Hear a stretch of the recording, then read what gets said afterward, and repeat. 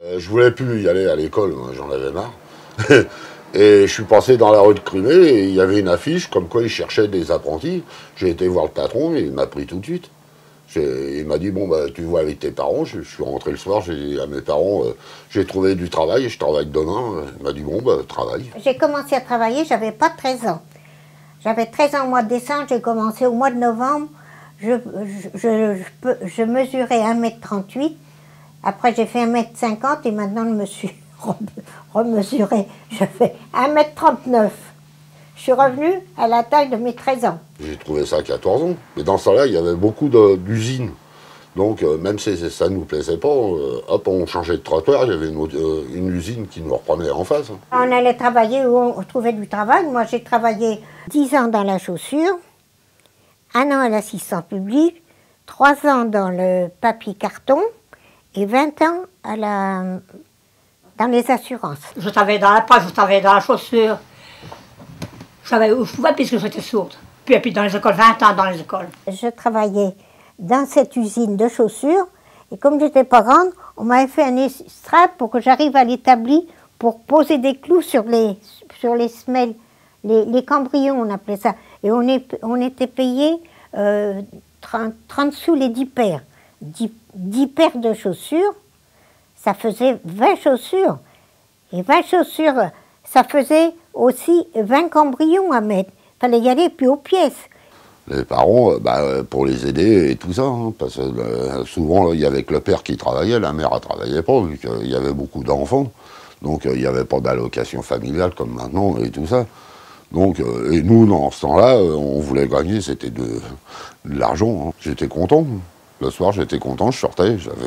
La première paye, c'était un exploit. Alors là j'étais le plus heureux de tout le monde. Hein. C'est comme si j'aurais gagné 10 millions. Hein. Ah ouais, c'était l'exploit de dire j'ai touché la première paye. Et c'était pas grand-chose, hein. On gagnait quoi, 100 francs dans le mois. Hein. On n'était pas payé à peut-être 1 franc de l'heure, je sais même pas. 32 centimes de l'heure, j'ai été payé. Et mon père, à l'époque, les personnes qualifiées, les bonnes ouvriers, ils touchaient dans les 2,50 €. Hein. Enfin, 2 francs 50, pas 2 euros. Ça y est, je suis dans... Donc c'était phénoménal. L'usine, c'était la grosse maison. Hein. C'était vraiment... Parce que moi, j'en ai fait quand même de l'usine. Hein. J'ai fait une imprimerie cartonnage dans le 15e. Donc c'était immense et on travaillait en 2-8. On travaillait à 6 h du matin jusqu'à 1 h de l'après-midi et des fois on travaillait d'1 h à 8 h le soir. Mais c'était une bonne ambiance. Même qu'on soit jeune, avec les anciens et tout ça, c'était une bonne ambiance. On s'accordait bien. Il y avait des petites vacheries parce entre les anciens et les jeunes, vous savez comment ça se passe. Des fois, tiens, tu vas nous chercher ça, on ne connaissait pas. Tout le monde rigolait parce qu'on se faisait avoir. Et je me rappelle que la première semaine que j'ai ramené ma paye à ma mère, je vous dis, j'avais 13 ans, je ne les avais pas encore, j'ai donné 35 francs à ma mère, mais j'étais contente. J'étais contente de lui donner ces 30. Je me rappelle tout le temps. Hein. Et elle ne me donnait pas grand-chose hein, comme pourboire. Puis je mettais, ce qu'elle me donnait comme pourboire, je le mettais dans une enveloppe, puis on avait avec ma soeur chacun un tiroir pour mettre nos affaires, parce qu'on n'avait pas des affaires comme maintenant. Hein.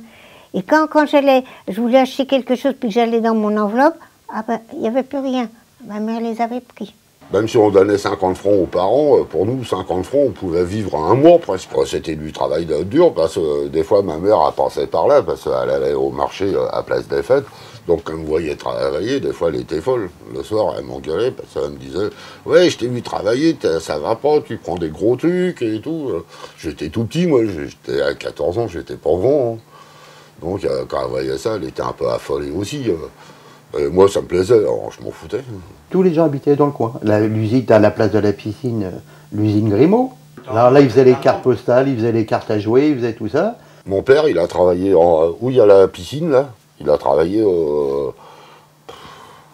40 ans, je crois, dans la même usine. C'était les cartes à jouer. Elle était fabriquée ici.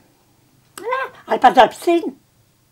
C'était une grande... C'était immense. Et mon père, il a eu un accident grave, il a perdu une main à ce travail-là, il a toujours travaillé après. Il avait une main qui était complètement comme ça, c'était sa main qui était passée en dessous d'une presse. Il a voulu récupérer un morceau de chiffon et la main est partie. Ça ouvrait à 8h30. Et puis ça sonnait, il rentrait.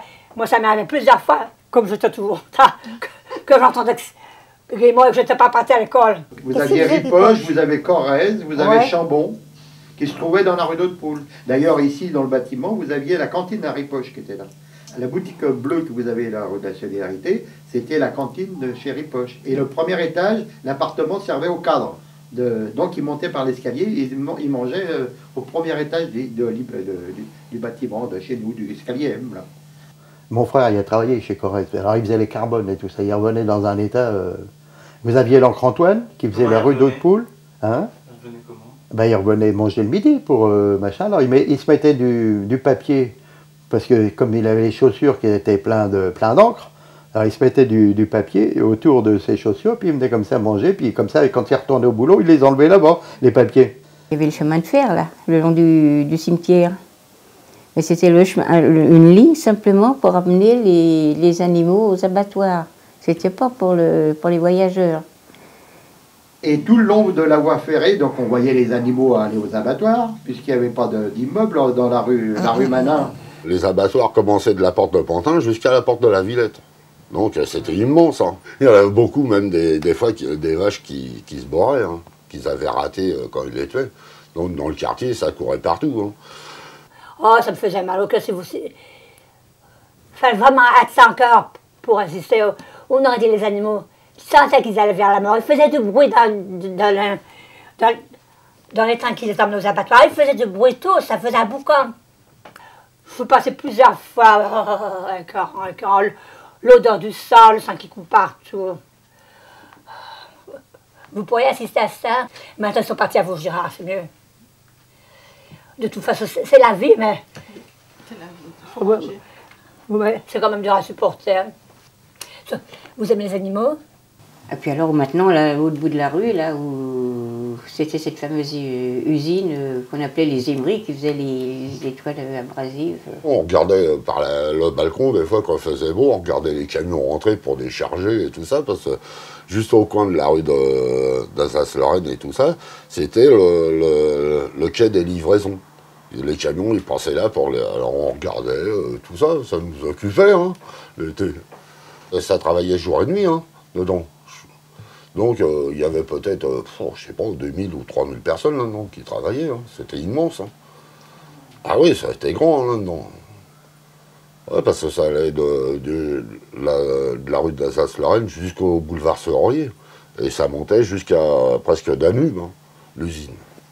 Où il y a toute la cité, là, c'était que l'usine. Ils faisaient tout le scotch, les éponges, ils faisaient tout ça, mais c'était immense, là. J'avais mes sœurs qui travaillaient là. Oui, c'était pas loin, ils sortaient de chez moi, du 10 et 12, hop, ils étaient au travail. Hein. Oui, c'est le feu qu'il y avait eu. À Paris, si ça flambait, hein, les papiers comme ça, hein, les papiers abrasifs. C'est de la toile Emery, dans le fond, comme ça. De toute façon, on appelait ça les Emery. C'était un soir, je me rappelle, c'était un soir où ça avait brûlé une partie de la nuit. Et puis ça faisait, je vous dis, un sacré bâtiment. Hein. C'était la fin de l'usine, dans le fond. Hein. Ils n'ont pas reconstruit, c'est là qu'ils ont commencé à reconstruire les bâtiments qui sont là maintenant. Toutes les usines qui étaient dans le coin, ils ont tout supprimé pour faire des cités. 70, 75, hein, dans les années comme ça, hein, à peu près. Hein. Après, toutes les maisons, ils commençaient à partir d'ici, donc il fallait les chercher vraiment dans Paris. Hein. Mais dans Paris, il y avait des usines. Il y avait quand même quoi travailler. J'ai bossé depuis l'âge de 14 ans, j'ai pas arrêté de bosser. J'ai pas été un mois au chômage. J'ai travaillé 44 ans, vraiment travailler. S'il y avait une grève, c'est que vraiment, où ça allait pas dans l'entreprise, où il y avait quelque chose. Mais c'était rare qu'il y avait des grèves dans ce temps-là.